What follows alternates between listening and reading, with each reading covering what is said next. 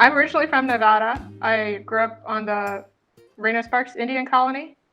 I went to Las Vegas Academy for Visual Art. And after I finished up high school there, I went out to Chicago to pursue my bachelor's degree in painting and drawing. And I came back home to Las Vegas and received my MFA from UNLV. I like ping-ponged around for a while.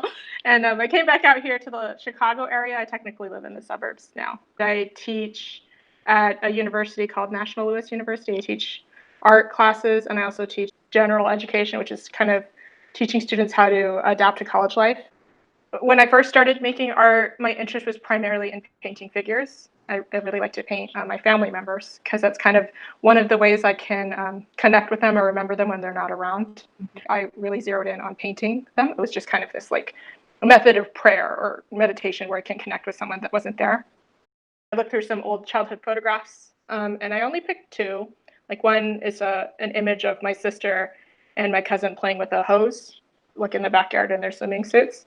And then other ones I just kind of illustrated, kind of combining memories of playing on the Reno Sparks Indian Colony at the Andre Agassi Boys and Girls Club.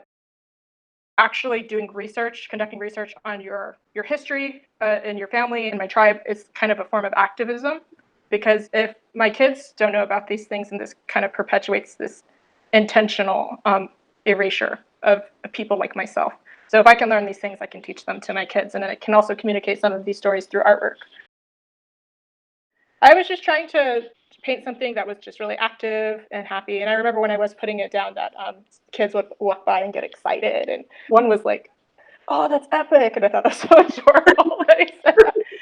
We use public art to assert power and to determine the narrative of our culture, right? So like you and I were just talking about, stories and histories are purposefully omitted, right?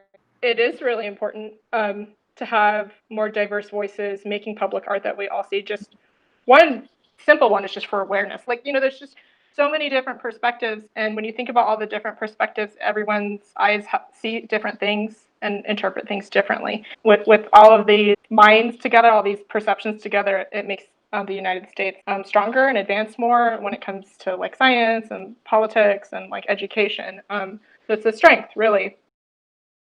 I think it would be really great if Clark County as a whole had more small grants for artists to be able to focus on small projects.